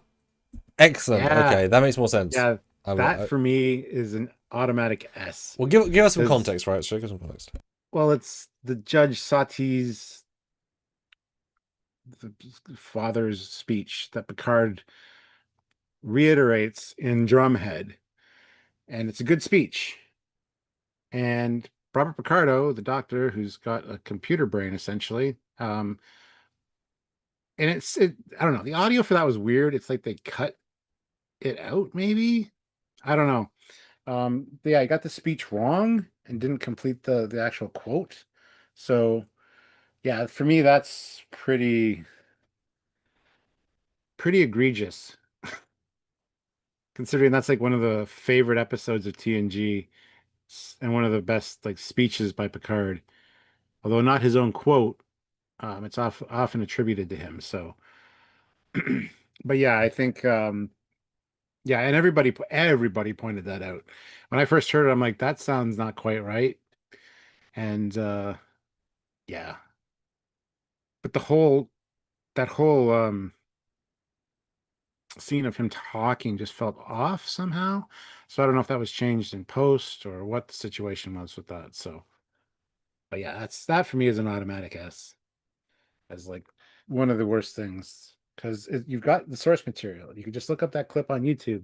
You can whatever. It's a famous speech of Picard's. Just get the quote right would be nice. I wish one of the students would have called him out on it. That's not quite what was said, but okay. You know? Yeah. Yeah, it's like the culmination of you did this to yourself. Oh, absolutely. You know, own goals. And this obviously feels like a we messed up moment. But Yeah. unlike we messed up about not having the right number of minds, whatever, and not having science logic, where you need a bit of critical thinking, someone clearly typed this quote the first time, and no one ever went back to check, even though it's accessible in under 30 seconds from, you know, they own Netflix, they own the source material. They could access the server and get the episode, right? It's that quick. So no one proved it once. That's more the indictment that the you know, now it's funny because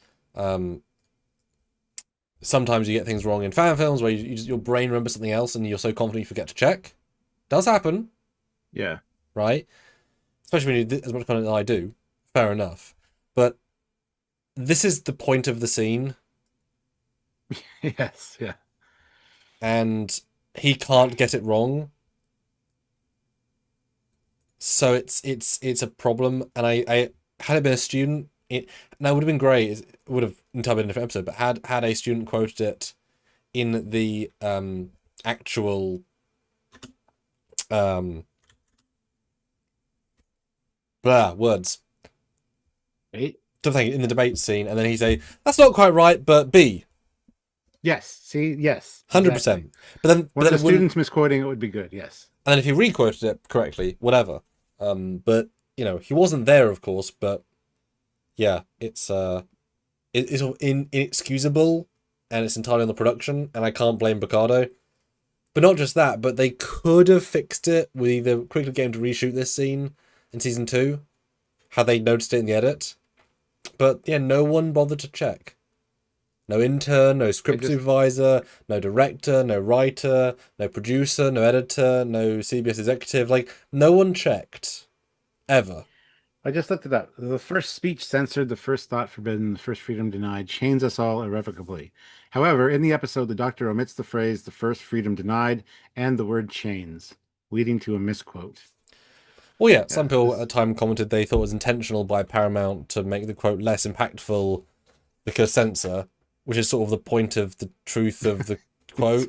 oh, the quote. Yeah, You know, because the quote doesn't make sense if you don't say the whole thing. Because it was very carefully written Shakespearean magic, and they took out, you know, it's like to be or not to be. If you say to be or be, that not is very important, right? Every single word's important in the sentence. to It's be or not to be? Question? oh, have you seen Yes. that skit? No. Oh, there's a famous skit I've sent to you, where it's Royal Shakespeare Company, and it's like actors from like 80s, 80-year-old to 20 who all do that speech. David Tennant comes in, it's a live thing, and the audience like, oh my god, it's Ian McKellen, oh my god, David Tennant, oh my god, Hugh Jackman, and they're all doing the same thing with a different inclination, and it's like 15 like very famous actors like, oh my god, and it shows how different. And they're celebrating, they've all done it on a stage and they're all doing it differently, and it's really interesting. The smallest phrase possible is different. And they're obviously adding their own lines around it, but it's the speech itself is really interesting, like how Shakespeare is so entirely intangibly unique that you can do that, right? What a tangent. But this reminds me of how just lack of proofreading to misspell Kronos in Star Trek Into Darkness. How did that get through I think every single that's an process? alternate spelling. I don't buy it. It's I don't either.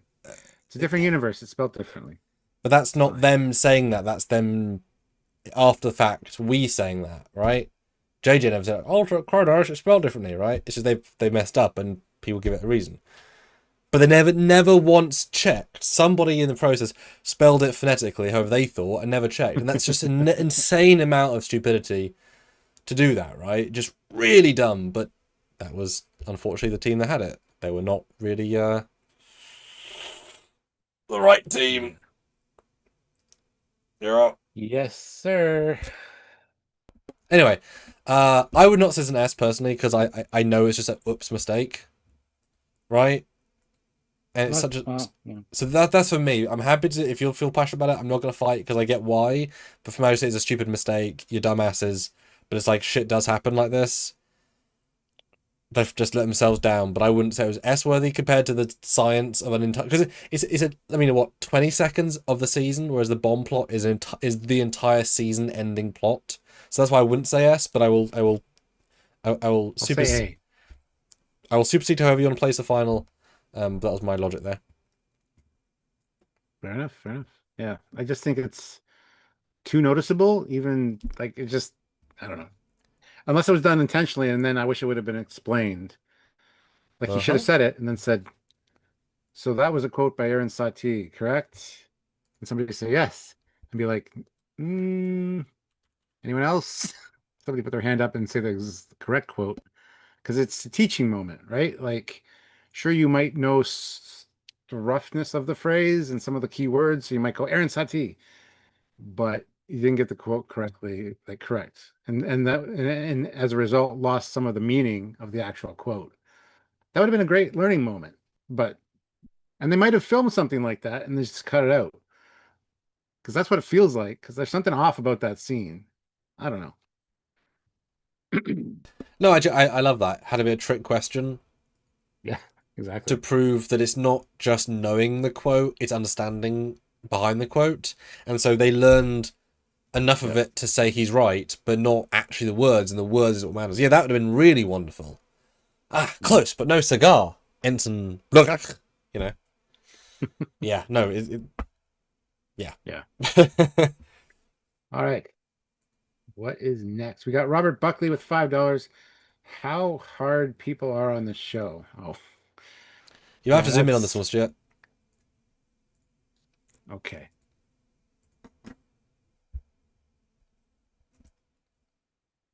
Wow. Is this You're for welcome. how hard people are in the show? I mean, he's got hard abs, hasn't he? Oh my God. That's what I think he means, hard-bodied. I mean, have you seen Caleb? No, he means how hard people are on the show. Like Starfleet Academy just sucks. They're hard on it for no reason, just because it's new Trek. That's what he meant. Okay, quantify, because I thought he meant hard abs, because he's well too built. No, I'm gonna get that off there because we don't want to look at that. And Okay. that's not what he meant. Okay. He just meant all the hate piled on the show for no reason. I can guarantee you that's what he meant. Okay, let me frame this into a confirm. poll. Yes. I don't know what picture would do that justice, though.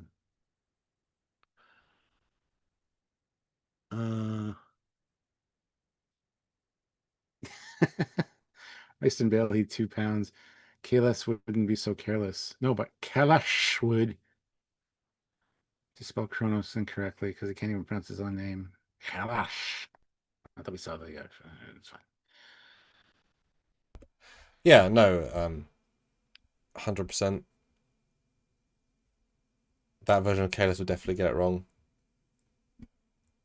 I don't think your poll was a good question as far as rewrite if you want to. I did try. That's okay. Yeah, I will do it. New poll coming up in a second here. Oh,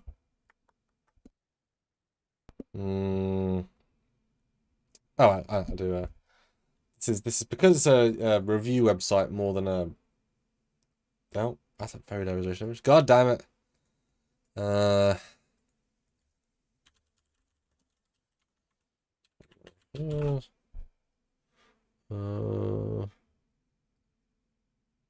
dun, dun, dun, dun, dun. Still not great, but okay. It's a very hard. Oh, actually, that's probably better. Okay. Come on. There we go. Right, you can read out the poll streaks. I don't know what you're writing when you get there. Oh, are you saved it? There you go. Actually, Well, it lied. That's not the resolution it shows, but okay. I tried. Oh well. Guys, final few minutes. Any last minute PayPal sub chats? We had like $5 away from a goal, just saying. So one more will be super nice. Yeah. So the poll is how hard people criticized. Oh my God. This show mostly unjustly, just because it's new Trek.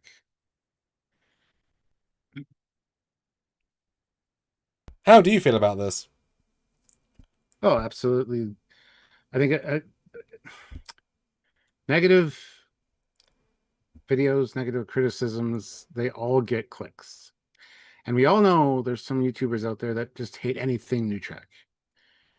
Even some of the better stuff. So just because it's new Trek and it gets criticized, people probably haven't even watched it all. Although those ones that criticize it and pick it apart, they have all the clips on their channel. They watched it multiple times to get the things they needed to do for their videos. So your biggest haters are usually your biggest fans because they scrutinize everything you do and they know everything about you. So yeah, I think it was unjustly criticized, and some of the better episodes that we were like, that was really good or whatever, people would be like, this was absolute the epitome of Kurtzman or Putzman's Trek, blah blah blah. What? Did you not watch? Did you watch the same thing we watched? Because it doesn't feel like you did. I don't know. That's what I mean. There's people who were very hard on it. And Robert Buckley said, yeah, Cap is right. So I tried. Yeah. We don't want to see Caleb's abs, dude. Well, hey, he was putting in for a thing, right? I was just putting the thing right in frame, hard and proud. Especially a naked Caleb and how Look, hard he is very well built, okay? Don't disrespect the abs. I know, I absolutely agree with you, but damn. This is a silly question, I know. If you could pay like $5,000 to have that body, like your body with that level of abs, only $5,000, which is not a lot of money, would you? Yeah. Yeah. Although Sylvia might be pissed off because she's not a big fan of I don't know. That's what she says, but I mean, who knows? But yeah, absolutely. Because that's not a lot. It's like I said, if I could do a operation that removes all spots when I proper acne, like 2, 3, 4, yeah, worth it. Like, like fully no scars, Anyway, yeah, the Hateful Academy. I mean, it's difficult when, like, right. Yeah, I don't think we're neither too hard on it or too soft on it. We went hard on the bad episodes. We went possible good episodes. I know our standards are lower compared to it versus had it been Discovery season 1. I know we're not, because we have been slightly destroyed in our morals in terms of being as brutal, but we aren't comparing it to old Trek. Except when we do, and the scores are always between 1, 2, or 3 points lower. So there is, that's why the metric involved isn't there, because there is it's always going to be lower, because of course it is. But there's still good stuff in there, of course. Of course. And it's not, it's not just trash, because we've seen worse. Because season 2, we've felt worse, right? We're sort of cynically made. At least this is an okay show, even if not the best Trek show, right? It's an okay show. It's got some decent stuff in it. Yeah. Well, I think it was unfairly criticized. I think a lot of New Trek is like, we watch it all. We suffer through it in some cases. And we do pull out good nuggets out of every episode. Like you said many times, a line, a scene, a graphic, a ship, something. There's always some good in there. And that's kind of our motto. Like, there's good and bad in all of Star Trek. And it's worth pointing out the good and the bad in all of Star Trek. You can't just focus on one and brush aside all the good stuff. And that's what a lot of these channels do. They focus on the silly, stupid moments, and they don't give it any kind of credit for anything that it did right or better than the last iteration of Star Trek, which it's a learning curve, right? With a new team, new writers, but they learned from the mistakes of Discovery and or Picard seasons 1 and 2, and they've made adjustments and advancements, even though they're not up to old Trekkie standards necessarily. Still, that's worth mentioning because they are listening. They're not listening as much as we would like them to, or about the specific things that we would like them to, but they are taking things under advisement and to heart, and they are making some changes. And I think it's worth calling that out, because if they really didn't care, they wouldn't do that. So they might not care, because I'm not a big fan of Kurtzman. I'm not trying to defend Kurtzman. Wait, you? I know, right? I think he is a Yutz. But what did I say about the first episode? It was a good episode. And oh shit, it was directed by Kurtzman. Same with episode 2, which I also enjoyed. I'm like, I got to give the guy some props. I didn't expect that. So I think even though you dislike something, you should be able to say, but this was good about it, or whatever. Because that hurt my soul to say that Kurtzman did a good job. You have no idea. And when I see other things that I enjoy that Kurtzman worked on, I'm like, ugh. Or JJ, like Now You See Me, or whatever. What's that movie about the magicians? There's 2 of them. Yeah, Now You See Me. Yeah, fantastic movie. Fantastic. The sequel's also really good. Not as good though. It's weird. No, but still, the sequel is better than a lot of other standalone movies. Yeah, you're in the comparing phase. You're not just in the watching it phase. Yeah. Yeah. So even though it's led by people that I don't like or have made stupid creative decisions on a franchise I'm passionate about, like Kurtzman was involved in the fucking Transformers thing too.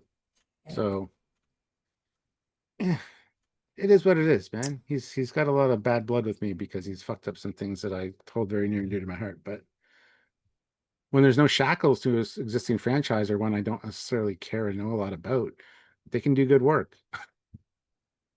I don't know. As an outsider that doesn't appreciate Star Trek like we do, coming into this and watching this, would they think the same things we think? No, they wouldn't, because they wouldn't be comparing it to canon. And they wouldn't be using those visual oddities as like, I don't know.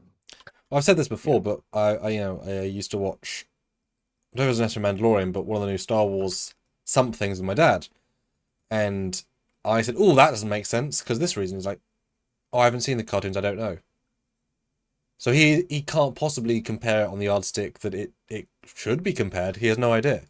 And so if you're a non-Trek fan watching this show, you wouldn't... Well, of course they can warp between planet they just invented and planet they just invented. Oh, it's a real planet from the other shows? Oh, cool. That they don't know. What the hell's Beta Z? Right? So for average people, those things are moot points and not even worth talking about. You know, of course you can mine the galaxy. Galaxy's what, a few light years? Like, well, no. You know?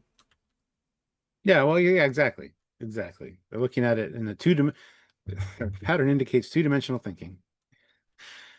But that's also, So yeah. but then you need to play to your audience as well, because they know the stuff. Unless, Yep. like '09, you aren't appealing to the core audience. You're appealing to anybody else. Anybody who'll pay to see it. Not any Then cool people, right? Because it then ain't make your for own them. shit. Leave the franchises alone because the franchises are franchises for a reason. That's a fan base. So you got to make everyone happy. So I don't know how we're judging this necessarily because I think there was an overabundance of hate on this show, and I see it every day when I scroll through Facebook. It always confuses me when So people on Facebook just comment in a random group a "I don't like Academy" thread, and I'm thinking, have they not seen the previous dozen on other channels?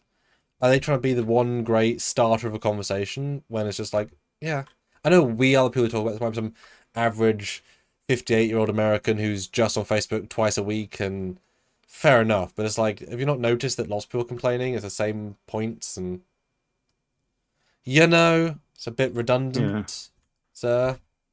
You know, adding into the conversation, sir. And yeah, yeah. So I don't know where I should rank this because I'm not sure what metric I'm really. Because is this the worst thing about the show? I mean, yes, it's one of the things that annoyed me the most. So it should be high, like SA kind of a vibe.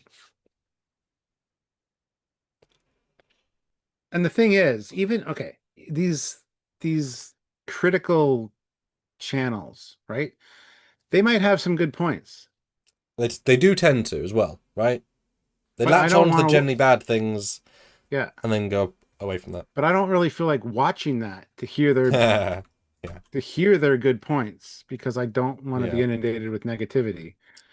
Some of them don't do any kind of thoughtful anything about it and just this is stupid. Ah, look, moving on. This is stupid. Ah, look, he pukes glitter. Oh, how stupid is that?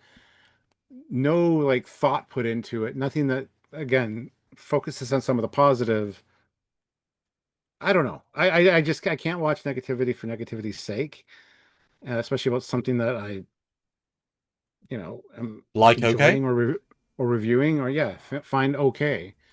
and spend two and a I'll half go back and hours watch it. doing, 3 hours doing, 4 hours doing, thought Yeah, I might go provoking. back and watch it after the fact, but I don't want Yeah, to necessarily be infected by it either. So I don't want to watch it and latch on to something they said and be like, "Oh yeah, that's my point." But I don't want to do that. I don't know. I don't know. I think see, I would personally say F in this metric just because it's not the show, and this is not the oh yeah. show's fault either.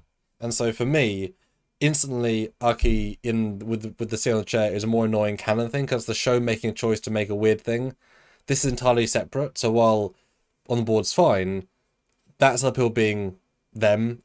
You know what I mean? I'm not gonna judge a Yeah, show I for hear you. it to give a free bar of high ranking. That's just, Let's see what you guys are saying. With 16 votes only, C wins with 56%. Second place is S, 31%. interesting.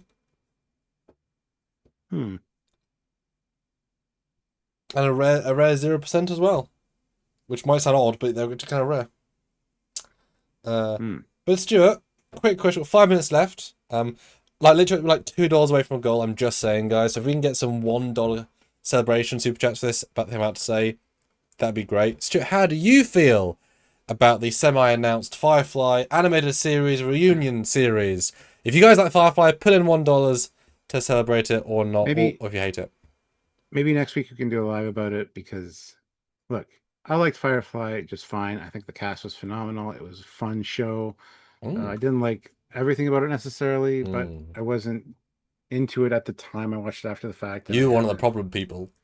I know, and I haven't gone back to really rewatch it, but I Mm. enjoyed it when I did see it. So I need to go back and rewatch it. But just to see everybody with Nathan Fillion going to their door and being like, "Is it time? It's time." I loved that. They all look phenomenal, which pisses me off because it's fucking Did animated. didn't Anybody can impersonate somebody's voice and do an animated show. So the Mm, fact it's animated annoys the shit out of me. It should have been live action. I understand mm. why it's not, because that's a lot of costs to rebuild the Serenity and the sets and And all in that. But fairness, their point of our schedules, we're all so busy, we can't all take a year, like 8 months off all at the same time to film it because we'll need to be there. So the only way to do it is to do it the other way. That's actually a really, really salient point. I disagree. That's what actors do. They make time for things. Even if it's 2 years down the road, fucking do it. Schedule it That's fair. down. But say we'll do it for 4 years, they'll look 4 years older. Yeah, and the thing is it happens between the end of the series and the movie Serenity, so they have to look a certain age. But I think they all look good, and they should have just done 20 years later. I think that would have been more interesting to me personally than putting one in between the two, because we already know where the characters end up in Serenity. And I get not doing live action because the one actor for the priest guy is dead. Yep. So in animation, you get somebody to do a Yeah, it'll voice have work. to be someone who takes over. But if it was 20 years later, that wouldn't have mattered. All I'm saying is they all look good for their age. And I think it would have been awesome to see them all live action, like years later, coming back together or something. I think that would have been great. But to hear it was animated was a little disheartening for me. But it is what it is. Yes, and we've got kind of people's thoughts. Yeah, I'm in a middle similar vein. I actually watched the panel like 2 hours before dinner that they did because boy, Nathan Fillion's good at fan interaction in integrations. Very clever guy with that. He always has been. And Yeah. doing the lead ups every day or whatever, getting people interested, and then knowing there's a convention where the entire cast except Anne Baldwin is going to be at, which is rare because Summer Glau was basically retired from acting many years ago, and she rarely does events, so that's a proper rare get. And the Simon actor as well doesn't do that many. I haven't met him, but he doesn't do that many. So that's actually a really impressive. That was obviously a, come on, Summer, come to that. Like, this will be big if you come, right? And in fact, she says about 10 words in the entire panel. Quite a lady. But, they point out, Nathan Fillion is obviously driving it. He said, I don't care what happens after Serenity because one of our family's dead and the character of another one's been radically changed away from what we know. So Sure. I'm not interested in that because that's not who I worked with. That's not my family here, especially that far in the future. Whereas in the era between those two, that's what he likes about Firefly. And in fact, they said during the panel they prefer the show than the movie. So that's what they want to do more of, what they started with, not what they were pushed into by the movie, which is a good movie. I don't know the end, but it's a good movie. But it kind of ends the story, doesn't leave open. And obviously, as I say, they are much older. Like Kaylee can't pass for a 22-year-old now. She's a very nice-looking 50-year-old, right? She can't play a chirpy 25-year-old. Voice, you can always up it, but she can't play that anymore, so they couldn't do in between. No, but I wouldn't want them to live action doing in between. But that's what Nathan also in the middle. As I'm saying, like the criterion for them connect better. It's animated. The problem is you're going to get, as we've seen with Prodigy and Lower Decks, half the viewership, and the stakes don't feel as real because it's not live action, right? Mm-hmm. So but also if it's 1/10 the budget, a half the production length to make it, and they can make more one season at a time for the lower budget, then obviously I'd rather have really good stories that are animated than less that are live action in theory. But I'd rather see the actors play in live action doing less than more. So it's a I just want to address the super chats real quick. Lindsay Clear throws in 5 New Zealand. Thank you. Firefly flan, right? Firefly flan? Firefly flan right there. Thank you. Firefly flan. Yep. Robert Buckley throws in $10 and says, we hit 50 likes. So here you go. 5 from me and 5 from Jeff, who's not here. Well, thank you so much, Robert. Takes over the goal. Thank you so much. Yeah. Yeah, I don't know. I was disheartened to hear it was animated. There was kind of a lead up to that, hinting at it was going to be animated, and I was like resisting it with all my might, saying, "Nah, man, I want them back in live action. They're all here. Let's do it." Except for one. Yeah, they're not all there. And it depends on the animation style too. Like, I'm not a fan of a lot of animation styles. The biggest examples are like when you get stuff on Disney for Star Wars, those little 15-minute anthology series ones, Yeah. where every episode's a different animation style, or Love, Death, and Robots. Mm, I like a lot of the stories, but some of the animation takes me out of it a little bit. mm. But I'll watch it. I'm not going to not watch something because it's animated. I think that's a stupid mindset because it still could be cleverly written, cleverly acted, and have some really Bless. interesting visuals. Ugh. So I don't know. I'm hoping it's going to be good. If they actually get commissioned. Because a Yes. bit of a bait and switch, it was, we've got a script and everyone signed up. But we need a home. Please commission us, somebody. We got Somebody. the permission of Disney and Fox.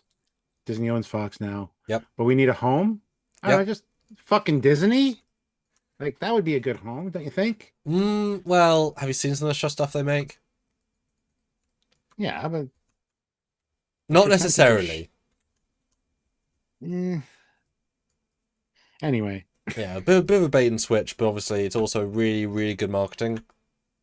You know, I honestly thought they were going to say, I'm going to do a Kickstarter for it, some absurd, like, match funds Kickstarter. God. You know, if we can raise $1 million, which they could totally do, then the studio put in another $1 million, so therefore we can make a pilot. Like, that's what I thought they were going to say.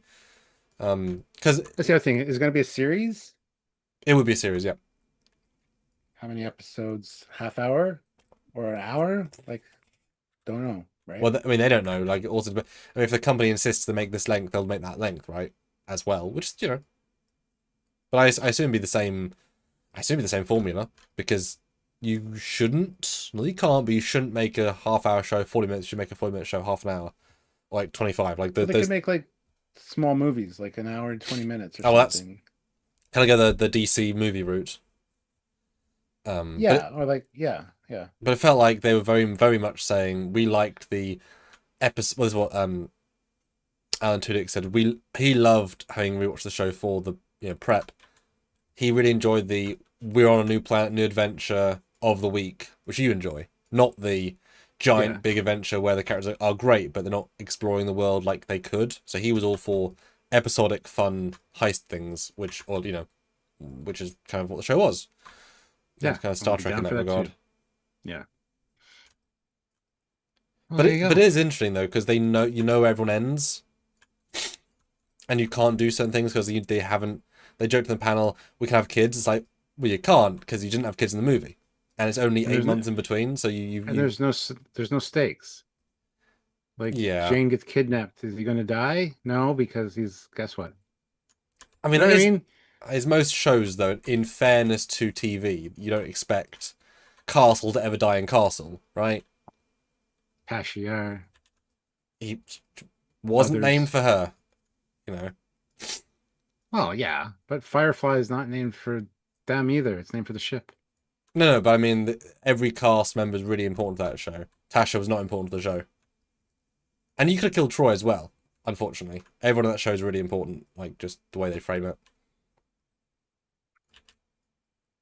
Anyway, There you go. That was a that's it. brief review of that So news. come back and join us tomorrow where we talk about the best things from Starfleet Academy. And you guys, again, get to pick anything you really enjoyed, really liked, characters, lines, story plots, whatever. Let us know tomorrow and we will do the same thing. I know we made this list, but apart from the one that sounds like we didn't so much about, it's a really fair version, I think. I have no issues with this. This is across the board fair. You know what we should do Oh, God. for these?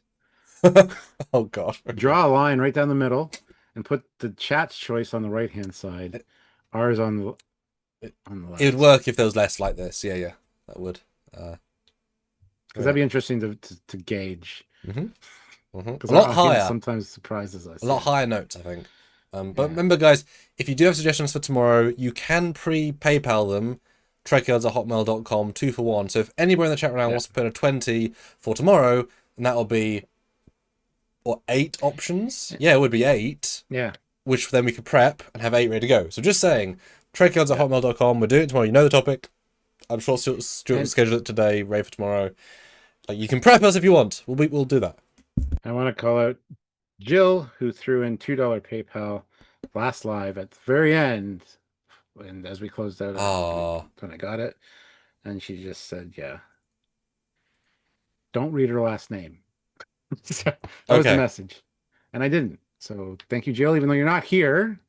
I just want to have that out there on record. So for posterity. Yeah, because anybody that supports us, we want to show our gratitude. And yeah. All right. Anyway, this was fun, Stuart. I liked it. it was. All right, so we will talk with you guys tomorrow. And until then, he's Commander Cockings. He's Captain Foley. Bye, everybody. Bye, guys.